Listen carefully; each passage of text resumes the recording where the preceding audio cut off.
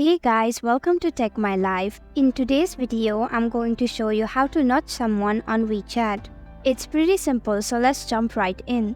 First, open WeChat on your mobile device.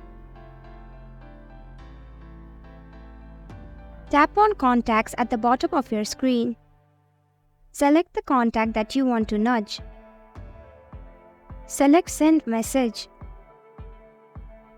To nudge someone on WeChat, all you have to do is double tap the profile picture of the user.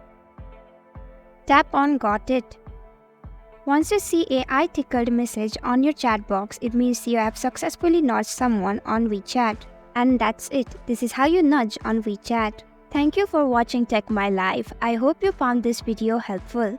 If you did, then please hit the like button and comment down if you have any questions or feedback. And if you're new to our channel, subscribe and hit the bell icon so you don't miss our upcoming videos.